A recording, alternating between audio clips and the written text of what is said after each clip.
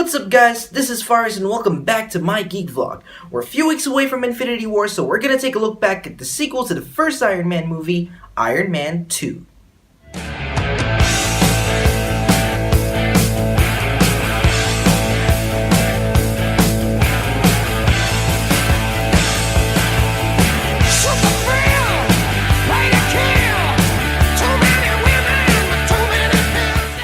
Iron Man 2 was released 2 years after the first movie and it made more money than its predecessor.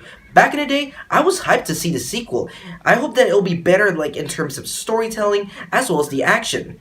But when I got out of the theater, I have my mixed feelings towards this movie. But that mixed feelings made me realize that this movie didn't really live up to the hype and really becomes a bland sequel. Now, there are some good stuff and bad stuff in it, so let's not waste any more time and let's get to the cast and characters of Iron Man 2. Robert Downey Jr. returns to the role of Tony Stark, and he did a good job in his performance as he does in the first movie. He sold the role to everyone who loved his performance as the genius billionaire playboy philanthropist. The thing that I didn't like for his role in the movie is that the writer downgraded his character to become a drunk, alcoholic moron and couldn't fight his own demons. He needs to have S.H.I.E.L.D. curing his behavior in the middle of the film until he finally gets back up and work. It's sad to see that this character couldn't evolve by himself and needs backup to do so. Okay, it's fine, but at least give him room to do so. Don Cheadle replaced Terrence Howard as Rhodey. Well, you might be thinking, whoa, how the hell did this happen? Well, here's how it all happened. In the beginning, Terrence Howard signed on for the first movie and its sequel. He got the most pay out of all the actors who appeared, and he was about to get paid bigger in the sequel. Then when he was about to return, Marvel decided to cut down Howard's salary and give it to Downey. Howard immediately negotiates with Marvel Studios as well as Marvel Entertainment and its CEO, Ike Perlmutter, regarding his contract and the sequel, and it all broke down. So Howard was replaced by Don Cheadle because Marvel CEO stated that he's more cheaper and no one would never notice the change because black people look the same.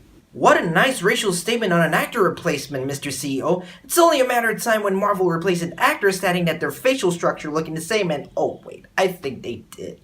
So what do I think of Don Cheadle being Rhodey in this movie? He was okay. I mean, I would prefer Howard more, but again, he's difficult to work with. I mean, there's a bit of Rhodey when you see Don Cheadle's performance in this movie.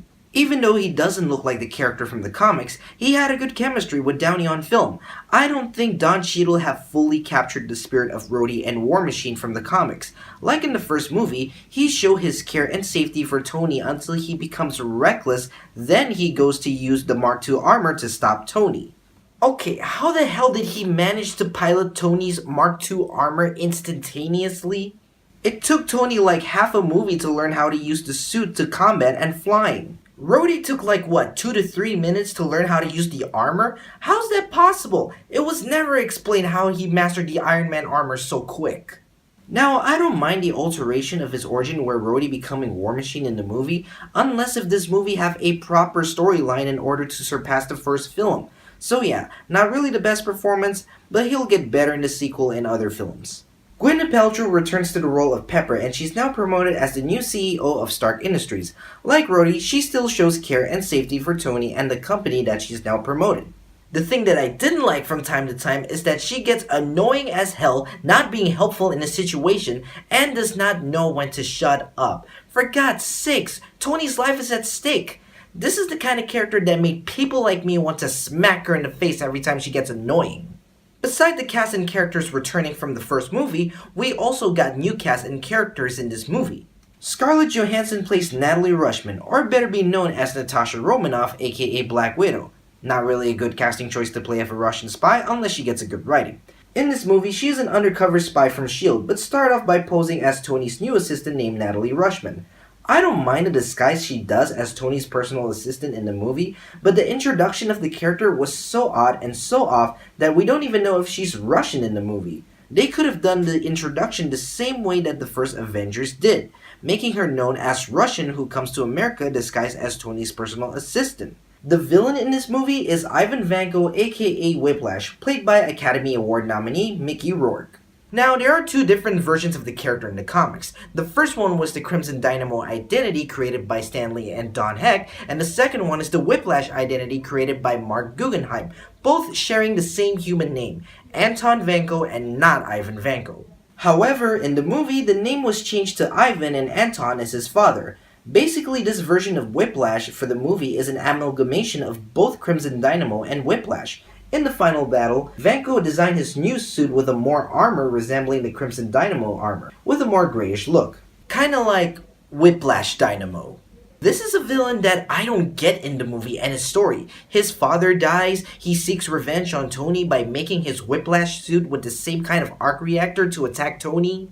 Yeah, here's the question. What did Tony do to your father? My father is the reason you're alive.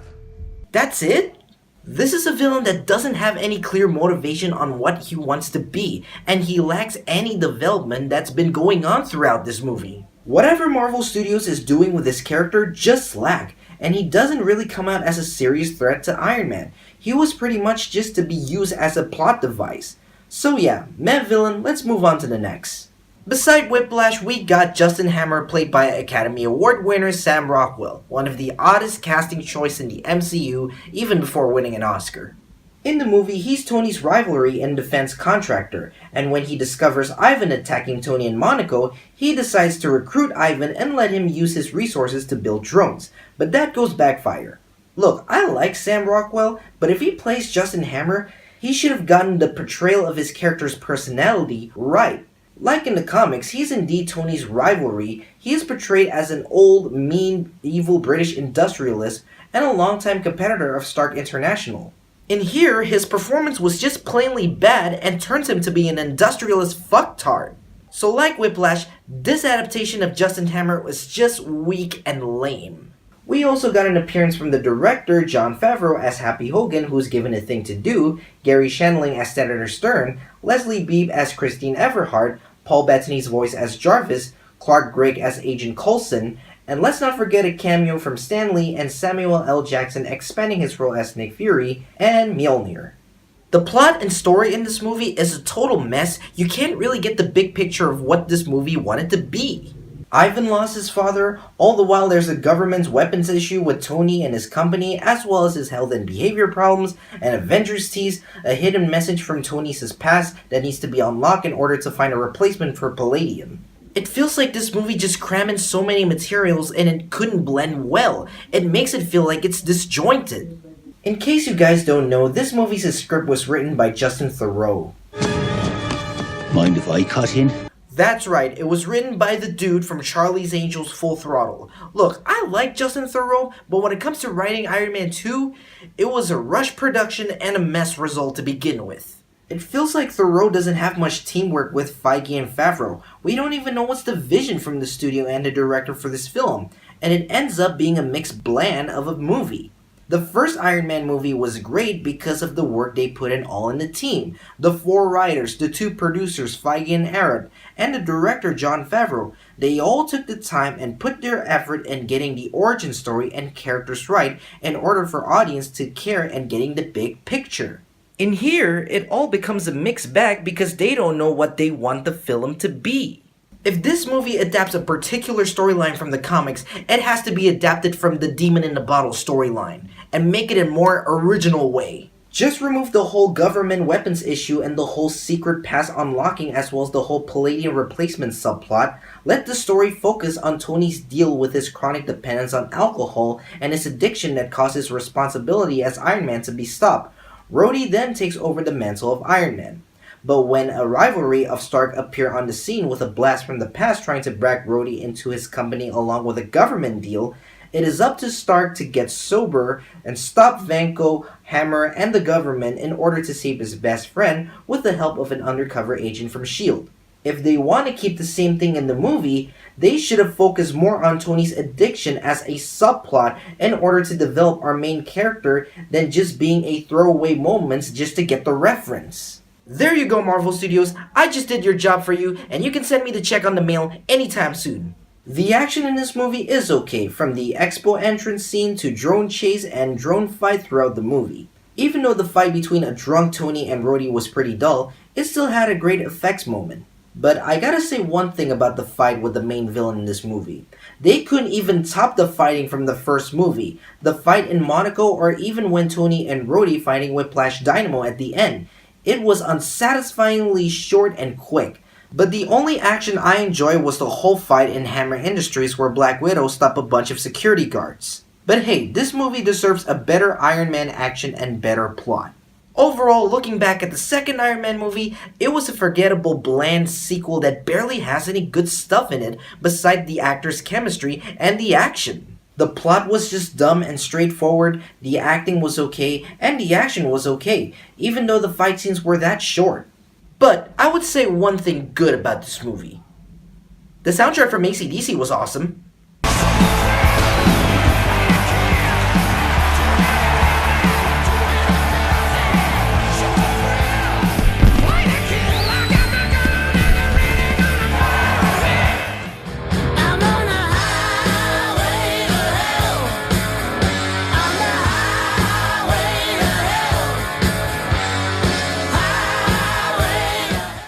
To think again, this could have been a good sequel if they can go in depth with the script with more collaborative process with the director in the studio. But in the end, Iron Man 2 is a meh and forgettable sequel produced by Marvel Studios just to get you hyped for the Avengers movie. So what do you guys think looking back at Iron Man 2? Do you guys still like it, or is there anything that made you change your mind? Be sure to share your thoughts and comments below. So guys, thank you for watching. Be sure to subscribe to check out more videos like this and others. Also, don't forget to follow me on Twitter for more updates, and join me next time as I talk about the final installment in the Iron Man trilogy, which is Iron Man 3.